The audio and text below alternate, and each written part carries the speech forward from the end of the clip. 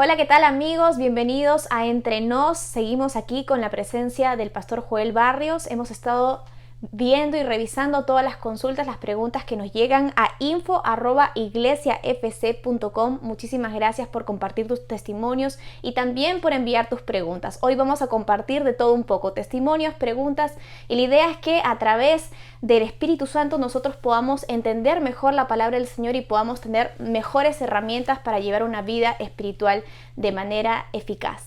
Le pedimos al pastor, le damos la bienvenida, que podamos empezar de repente con una oración para absolver las consultas. ¿Cómo no? Vamos a orar. Querido Señor, gracias porque podemos estar con todas las personas que se conectan junto con nosotros, porque todos deseamos crecer en tu gracia, crecer en el conocimiento de tu persona, y también así poder cumplir el propósito por el cual tú nos llamaste. Bendícenos ahora en el nombre de Jesús. Amén. Amén. Hemos estado revisando las consultas y realmente hay muchas preguntas a raíz de la última predicación del día sábado sobre el dolor. Hay muchas personas que nos han compartido cosas muy privadas y por eso no vamos a decir los nombres, pero sí tomar algunos textos para que con el pastor lo podamos considerar y dar algún tipo de consejo y recomendación. Tenemos el primer correo que dice lo siguiente. El pastor Barrios en una de sus predicaciones dijo lo siguiente: tu pecado es tu ministerio. ¿Le podrías preguntar que explique un poco más o que dé algunos ejemplos para poder comprender o aplicar lo que dijo en la vida práctica? Muchísimas gracias. Sí, esto es una muy buena pregunta, y tiene que ver con una proyección práctica y muestra el amor de Dios. Satanás siempre pierde con Dios. Cuando nosotros nos entregamos a Dios, Satanás termina siempre perdiendo, y por eso no podemos permanecer con Satanás.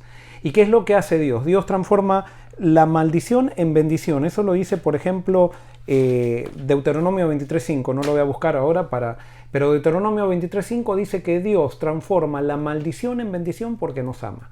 Voy a dar un ejemplo. Por ejemplo, Adán, antes de pecar, él estaba en un nivel con Dios, pecó, cayó, con el pecado, pero Adán va a ser restablecido al final del tiempo, y cuando sea restablecido al final del tiempo va a estar en un nivel más alto que el que estaba antes de pecar incluso. Porque no solamente Dios perdona, sino que Dios restituye y nos eleva, que es algo increíble. Ese es el amor de Dios. Entonces, ¿qué pasa? Por ejemplo, suponte que hay una persona que estaba enredada con Satanás en el pecado de la droga o de la pornografía.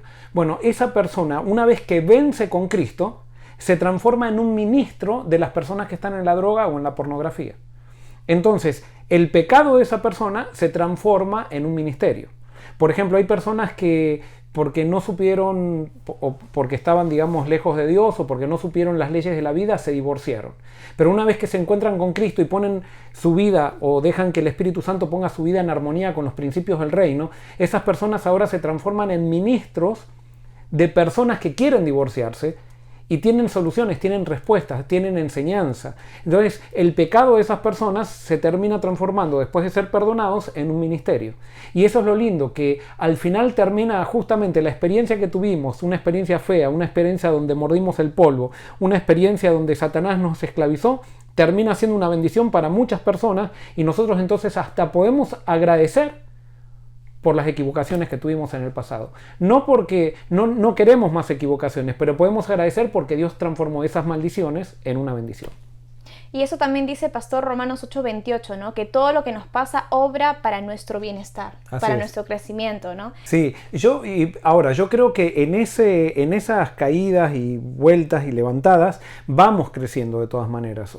Nunca es que quedamos en el mismo nivel empantanado, siempre vamos creciendo. Es más, muchas veces en ese caminar Dios nos va a poner, para que crezcamos, nos va a poner en situaciones donde surgen cosas que estaban escondidas en nosotros, surgen algunas debilidades que si no hubiéramos estado en esas situaciones nunca las hubiéramos pasado. Entonces eso, cuando surgen esas debilidades y nosotros las confesamos, y nosotros las ponemos en las manos de Dios, Dios trabaja eso para que se transformen en nuestras fortalezas en Cristo.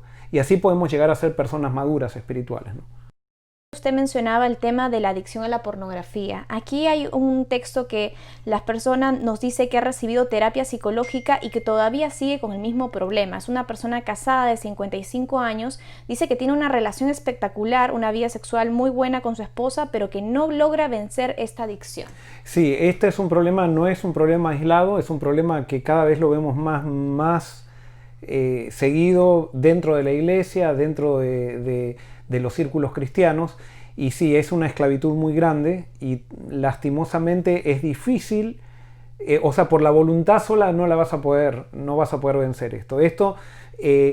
¿Cómo se vence? El problema de la pornografía se vence a nivel de los pensamientos, no a nivel de los actos. El gran problema es que nosotros pensamos que tenemos que atacar nuestros actos. No, nosotros lo primero que tenemos que hacer es atacar nuestro pensamiento. Es cuando aparece el primer pensamiento de deseo, de imaginación descontrolada o imaginación pervertida, entonces ahí hay que atacar y hay que confesar ese pensamiento a Dios. Y ahí me tendría que arrodillar, si es que estoy en un lugar solo, pero no importa dónde esté, si estoy en el auto y eso, elevar mi mente a Dios y confesar ese pensamiento y entregárselo a Dios.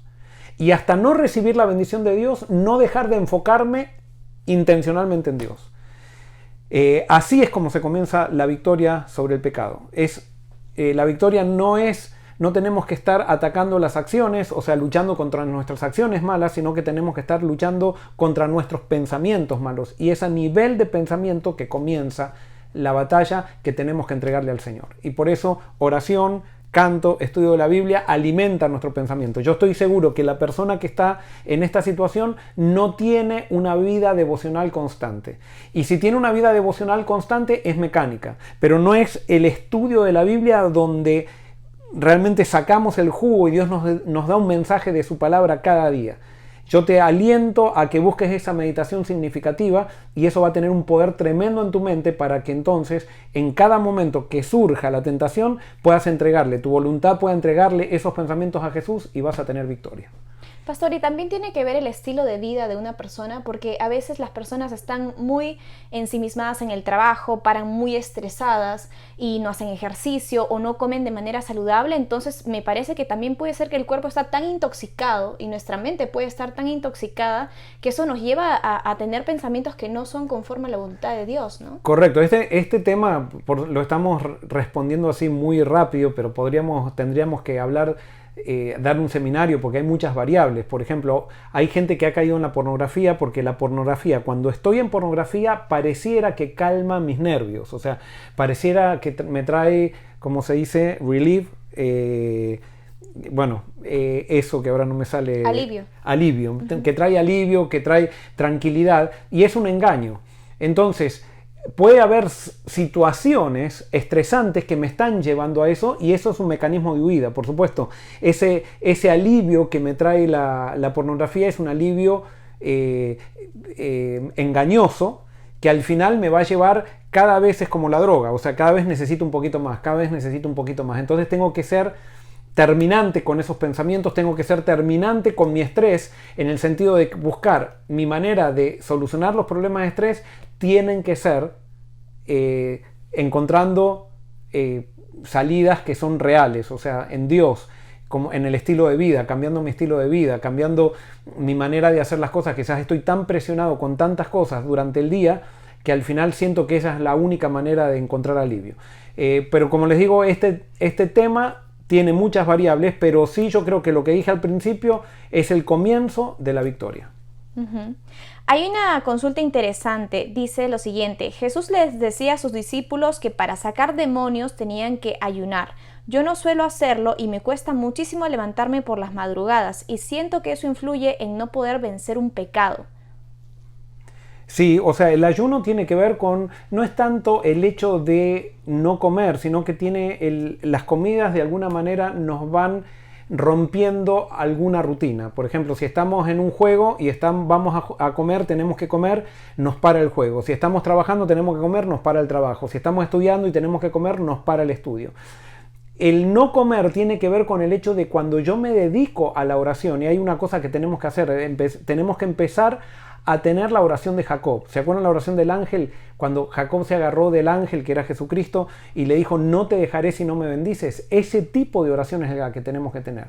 Decir, yo no me voy a levantar de esta oración, no voy a comer ni nada hasta que me bendigas. Y te digo, eso funciona. Y eso no quiere decir que tengo que tener 24 horas de ayuno, sino que lo que quiere decir es que hasta que Dios no me bendice, no dejo de orar. O sea, no dejo de buscar a Dios. Buscar a Dios tiene que ver, no tiene que ver solamente con hablar con Dios, sino también buscarlo en su palabra. Y especialmente cuando hablamos con Dios, tiene que ver con abrirle mi corazón a Dios, contarle realmente lo que pasa en mi corazón. No oraciones mecánicas que simplemente le dicen cosas lindas a Dios, que muchas veces nosotros le decimos a Dios lo que creemos que Él quiere escuchar. No, Dios quiere escuchar lo que tú realmente sientes. Dios quiere que tú interpretes con tu boca o con tus pensamientos aquello que sientes en tu corazón o aquello que sientes en tu mente. O sea, Dios quiere que seas sincero y eso lo tienes que confesar y pedirle a Dios, reclamando sus promesas, que no lo vas a dejar hasta que sientas alivio en Él y que sientas que Él te bendice. Y vas a ver que Dios te va a bendecir porque es su voluntad. Y así de a poco vas a ir teniendo victoria y yendo de victoria en victoria. ¿Y qué hay en cuanto a las madrugadas? Porque sí es cierto que Jesús mucho se levantaba de madrugada y siempre oraba, tenía una conexión con el Padre. ¿Hay una diferencia entre orar muy temprano en mañana y orar en cualquier otra hora del día? Bueno, yo creo que la oración es una disciplina constante. No es que simplemente digo, ahora voy a orar, después me desconecto de Dios. El que vive en oración, o sea, tenemos que estar en continua oración, pero por supuesto tiene que haber momentos especiales. No hay mejor momento de ese momento especial que comenzar con Dios. Pero muchas veces hay personas, por ejemplo, que no son muy buenas a la mañana, y eso lo tienen que incluso contar a Dios. Y Dios incluso se encarga de despertarnos cuando nosotros le pedimos que nos despierte. En muchos más los dormilones, muchas veces, que me ha pasado a mí, muchas veces cuando le pedí a Dios que me despierte, me despertaba a las 5 de la mañana él y yo decía, wow, estoy sin sueño, pero decía, pero voy a estar con sueño después durante el día. Y entonces muchas veces no me levantaba y perdía esa bendición por el hecho de que no tenía fe en que Dios me iba a mantener durante el día.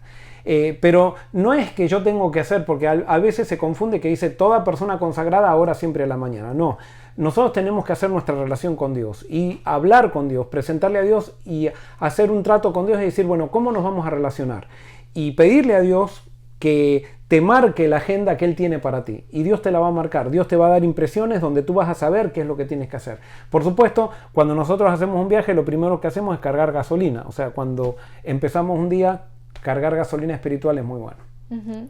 Y a veces estamos tan enfocados en la tradición que no nos damos cuenta que el tiempo no es de calidad para con el Señor, ¿no? Porque muchas personas se levantan de madrugada porque piensan que ese es el horario y de pronto están que bostezan, están que se duermen, se quedan dormidos en medio de la meditación y piensan que eso ya, como fue en la madrugada, entonces es la forma correcta, ¿no? Bueno, a mí me pasa, por ejemplo, para mí el mejor momento no es cuando recién me levanto, yo hago una oración, pero hay que preparar el desayuno, hay que llevar a los chicos a la escuela. No, la devoción personal tiene que ser algo donde lo disfrutemos, donde estemos, tiene que ser un sábado pequeño. Entonces, ese no es mi mejor tiempo. Mi mejor tiempo, claro, yo soy pastor, entonces a la mañana tengo mi mejor tiempo. Los sábados de mañana sí me gusta levantarme bien temprano. Y ahí, por ejemplo, cuando están todos durmiendo en mi casa, me levanto, cuando predico especialmente, o sea, para orar, para estudiar la Biblia, ahí me levanto más temprano que los otros días de la semana. Pero hay días de la semana también que me gusta levantarme a las 4, me despierto a las 4 y a las 4 voy, pero ya no es una rutina, porque también si sé que todos los días a las 4...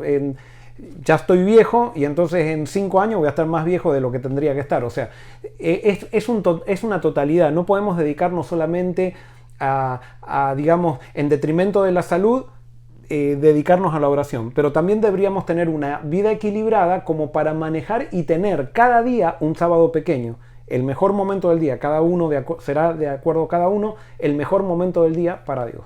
Uh-huh. Y eso es muy importante, que el tiempo sea de calidad y el mismo tiempo de calidad que le damos a Dios se va a ver reflejado también en el tiempo de calidad que le vamos a dar a nuestra familia, ¿no? Exacto. A nuestros hijos y al prójimo también, ¿no? Uh-huh. Tenemos una consulta también muy interesante. ¿Cómo saber identificar un llamado de parte de Dios? Muchos dicen que escuchan la voz de Dios. ¿Cómo saber si soy yo o si es Dios hablándome?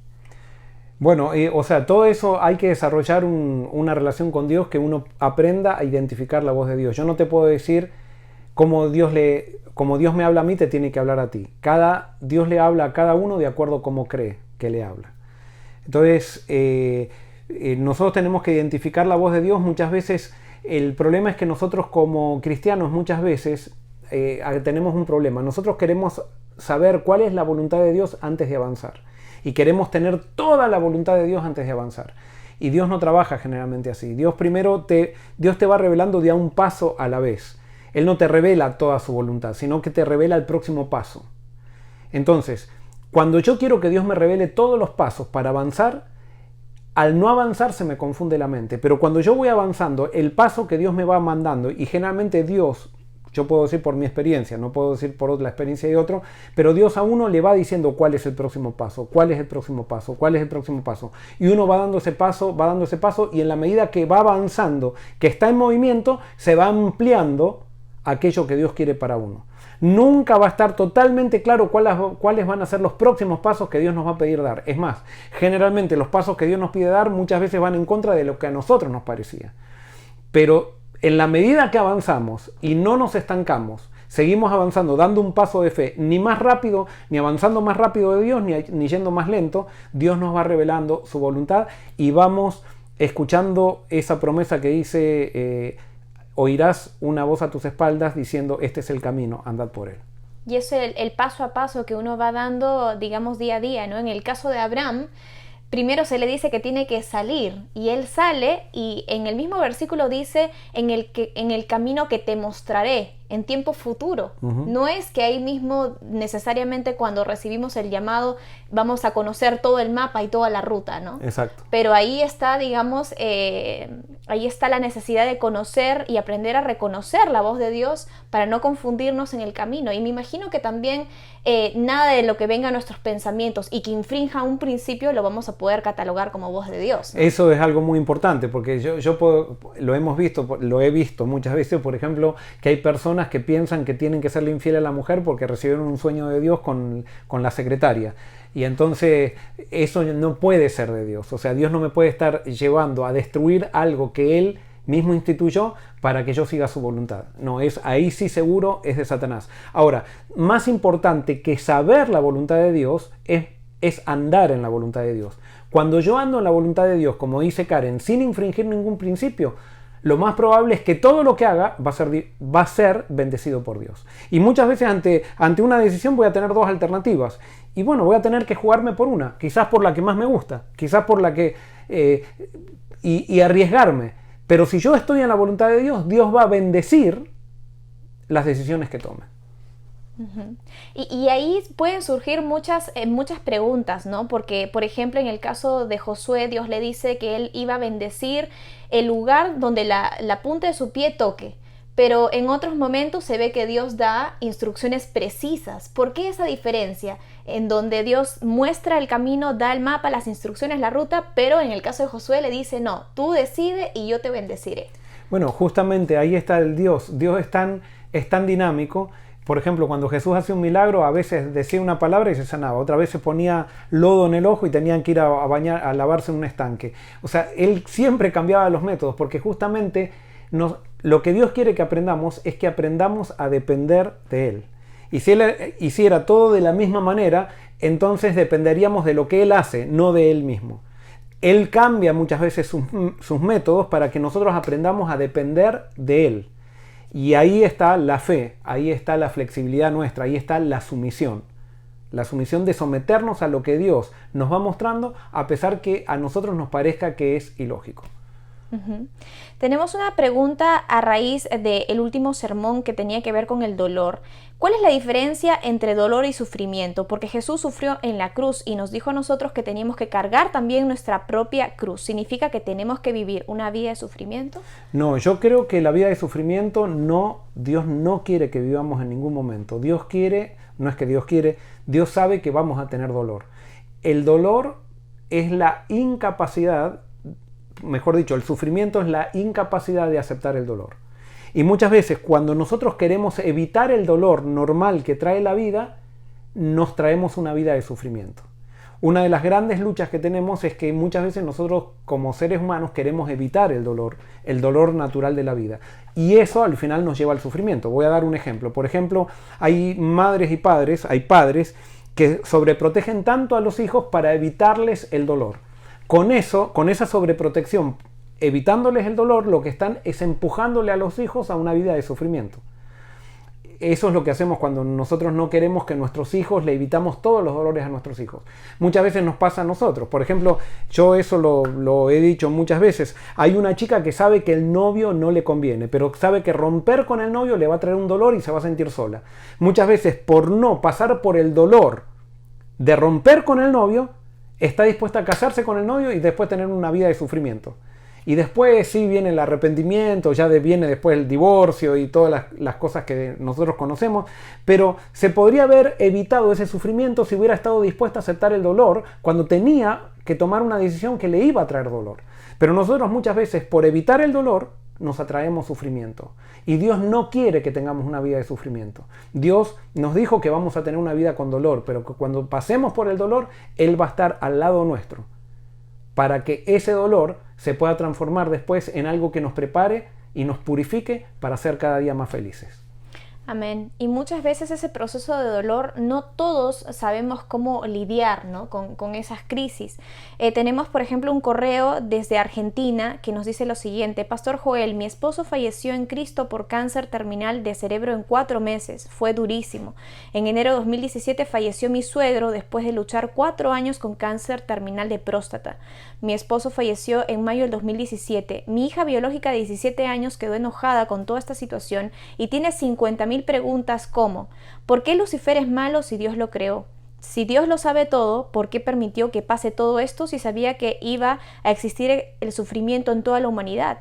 ¿Por qué tenemos que sufrir en esta vida si elegimos estar con Dios? Son preguntas de una chica de 17 años que realmente en este proceso de dolor no se encuentra a sí misma en el propósito de Dios. ¿Qué le podríamos aconsejar a la madre y también a la hija de 17 años? Bueno, tu hija hace 3 preguntas. Si mal no recuerdo, es ¿por qué Dios creó a Lucifer? Y pareciera que lo creó fallado. Eso fue lo que interpreté. ¿Por qué Lucifer es malo si Dios lo creó? Muy bien, Dios lo creó, pero Dios no creó a Lucifer malo. Dios creó a un ser perfecto. Dios creó a un ser perfecto que reflejaba su imagen, pero que era libre. Y libertad quería decir que Lucifer podía decidir, como todos los ángeles podían decidir, salir del plan de Dios. Al salir del plan de Dios se iba a oponer, porque entre Dios, que es un ser absoluto, y lo otro, hay solamente algo opuesto. Entonces, cuando Lucifer decide oponerse a Dios, o decide salir de la presencia de Dios, independizarse de Dios, se transforma en Satanás. No es que Dios crea a un ser malo, no es que Dios crea a Satanás, sino que Lucifer, por la decisión que tomó, se transforma en Satanás. Eso generalmente lo explico, por ejemplo, cuando nosotros tenemos una luz y nosotros ponemos un objeto entre la luz y una pared, se crea una sombra. Pero podríamos decir que es la sombra, que es la luz la que crea la sombra. No. Lo que crea la sombra es el objeto que se interpone en la luz. La sombra es la ausencia de luz. Bueno, la maldad es la corrupción del bien, y la maldad es, gracias a Dios, que Dios dio la posibilidad de que la maldad sea corruptiva, o sea, si podríamos decir así, o sea, se corrompa, generalmente no se autodestruya rápido. Porque si Lucifer hubiera, digamos, en el momento hubiera muerto, ya no habría ninguna oportunidad para Lucifer. Y Lucifer tuvo oportunidades. Después, cuando nosotros pecamos, si la muerte sería instantánea, no habría oportunidad para nosotros, pero Dios nos da vida para que podamos elegir la vida de vuelta. Nos da una vida física para que podamos elegir la vida espiritual y la vida eterna. Entonces, como dije el sábado, todo esto del bien y del mal no lo vamos a poder entender. Lo que sí podemos entender es que Dios nos ama. ¿Y cómo podemos entender que Dios nos ama? Podemos entender que Dios se hizo responsable del mal. ¿Por qué? Porque Él mismo se hizo hombre para solucionar el problema del mal. Si Dios no sería responsable del mal, Él simplemente se hubiera quedado en el cielo a ver cómo esto se resuelve, hubiera mandado a otro, hubiera mandado un ángel. No, pero Él mismo se hace responsable de todo esto y está trabajando para que el mal no surja más. Entonces sí, es muy triste lo que pasó con tu esposo, con tu suegro, si mal no entendí, y lo que está viviendo tu hija. Sin embargo, Dios está pensando en nosotros en una dimensión de eternidad.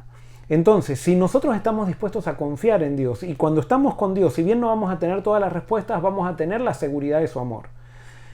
Al tener la seguridad de su amor, vamos a poder pasar estos 70, 80 o 90 años que estamos aquí en esta tierra con dolor, pero vamos a poder reencontrarnos con nuestros seres amados para vivir una eternidad. O sea, cada día de la eternidad viviendo un poquito más felices. O sea, y siempre me gusta ejemplificarlo así. Cuando nosotros estemos viviendo en el año 2000 millones, después de la era del cielo, imagínate cada día nosotros siendo un poquito más felices.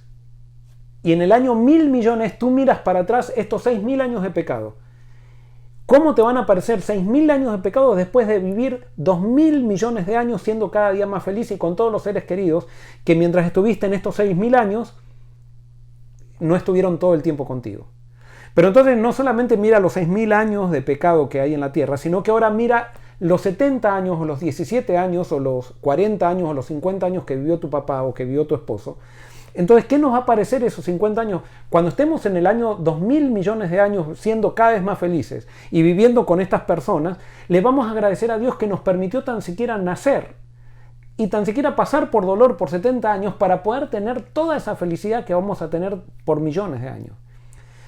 Mi consejo es, no tratemos de buscar una respuesta para el mal, tratemos de buscar el amor de Dios, tratemos de conocer quién es Dios.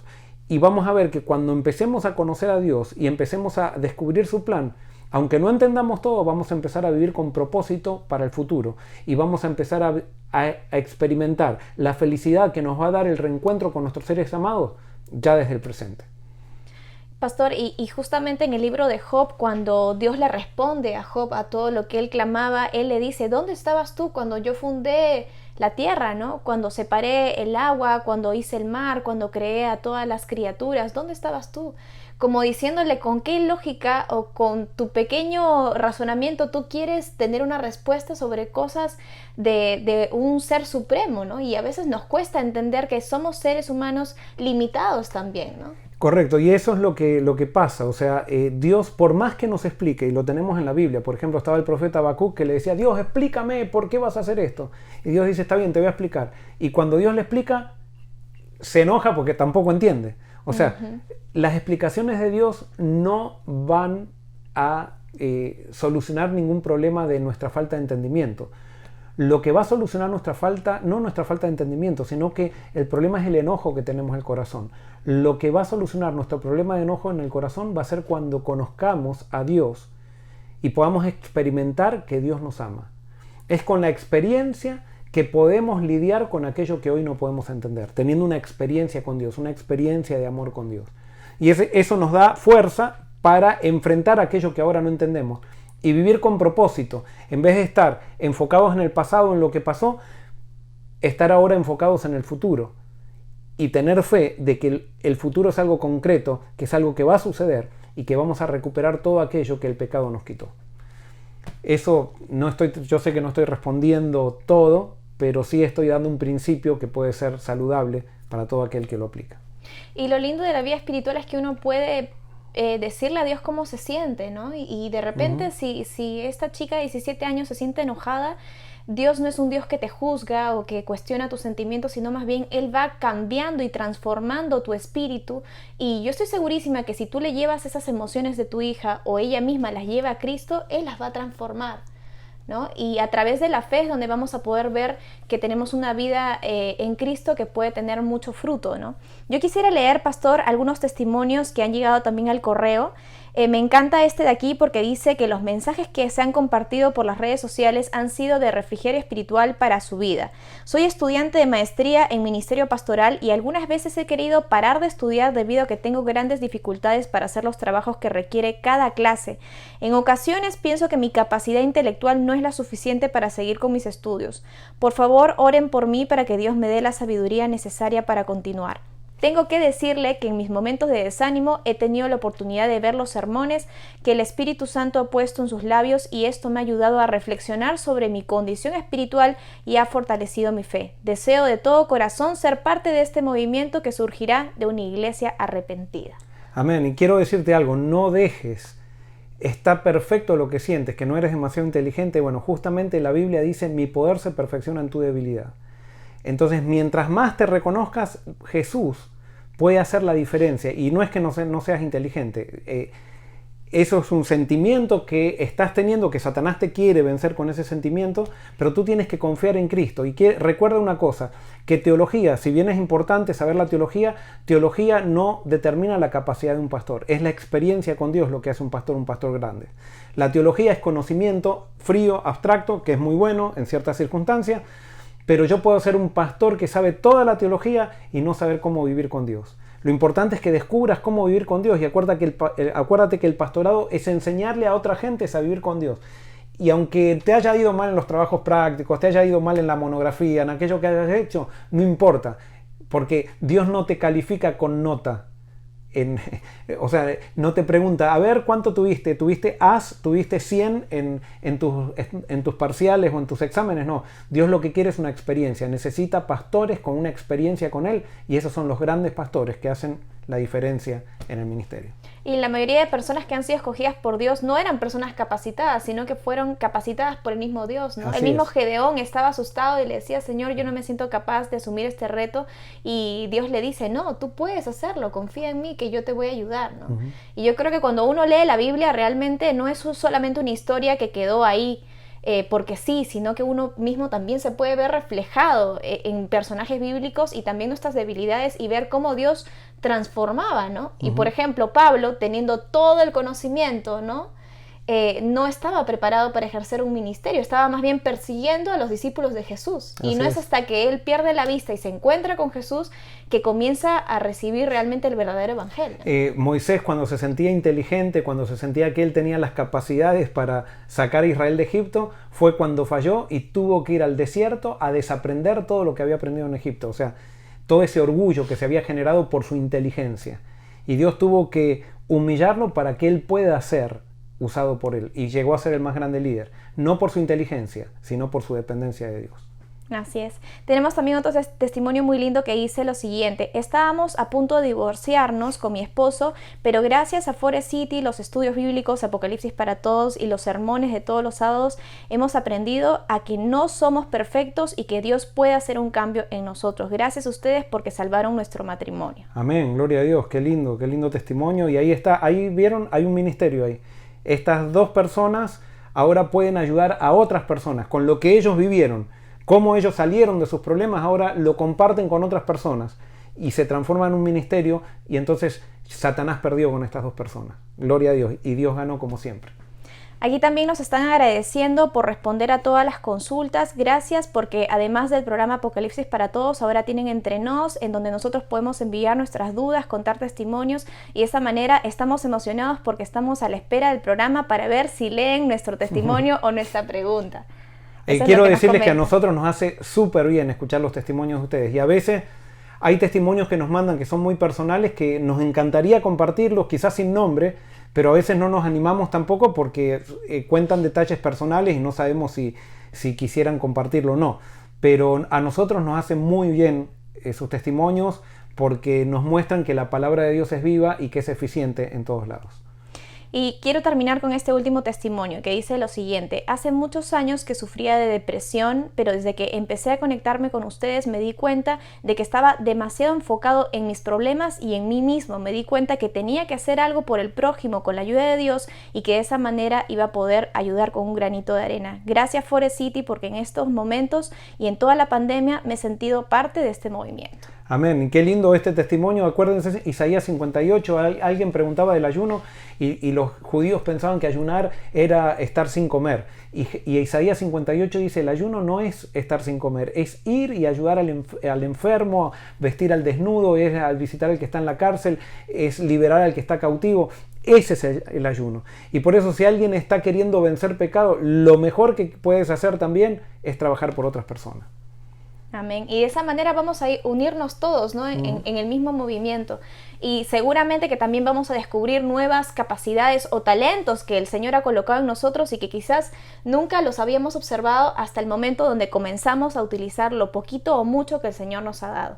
Les agradecemos a todos por enviar sus consultas a info@iglesiafc.com, también por enviar sus testimonios, y le agradecemos también al pastor Joel porque siempre está dispuesto a estar en contacto con todas las personas que están siempre escribiendo a Forest City y que están siendo parte de este movimiento. Quisiéramos, pastor, que usted pueda de alguna manera tener unas palabras finales para todas las personas que están constantemente emocionadas con esta plataforma en donde podemos estar literalmente sirviendo a las necesidades de las personas. Sí, yo lo que quiero simplemente decirles es que hay muchas personas que se comunican también.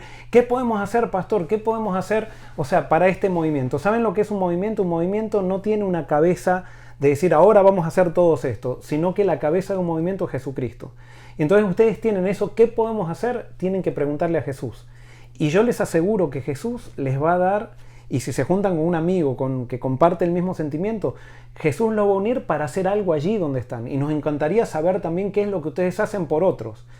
Nos encantaría saber que ustedes están plantando una iglesia en su casa, que están usando, por ejemplo, ahora yo todas las semanas estoy mandando versículos de la Biblia para que si ustedes quieren ser especialistas en el libro de Juan, conocer al Jesús de Juan, al Jesús de la Biblia, ustedes puedan hacerlo. Entonces, simplemente ustedes tomen las herramientas que nosotros damos o que cualquier persona da o cualquier medio da, cualquier plataforma espiritual da, pídanle a Dios que los guíe y Dios va a hacer grandes cosas con ustedes. Y así vamos a estar todos unidos en un movimiento siguiendo a Cristo desde el lugar donde estamos. Muchas gracias, pastor, por estas palabras finales y gracias a todos por conectarse, por enviar sus comentarios y preguntas, y les deseamos que tengan un espectacular fin de semana, que Dios los bendiga, feliz sábado, y vamos a cerrar rápidamente con una oración para que Dios pueda acompañarlos en todo momento. Oramos. Padre nuestro que estás en las alturas de los cielos, Señor, gracias te damos por todas las personas que se están uniendo a este movimiento. Gracias por los corazones sinceros, Señor. Permite que nos podamos refugiar en ti en todo momento, Señor. Que nos despojemos de nuestro antiguo yo, que estemos dispuestos a cargar nuestra cruz, no para vivir, Señor, una vida de sufrimiento, sino una vida de victoria, Señor, en ti. Te pedimos que tú sigas ungiendo y bendiciendo a las personas que se conectan cada semana con Forest City, Señor. Permite que puedan empezar un ministerio en sus casas, que empiecen el ministerio en sus hogares, y permite también, Señor, que ellos puedan ser de bendición para todas aquellas personas que aún no te conocen. Quédate con nosotros y bendícenos ahora que estamos a punto de entrar a tu día santo, Señor. En el nombre de Jesús, amén. Amén. Amén. Que Dios los bendiga.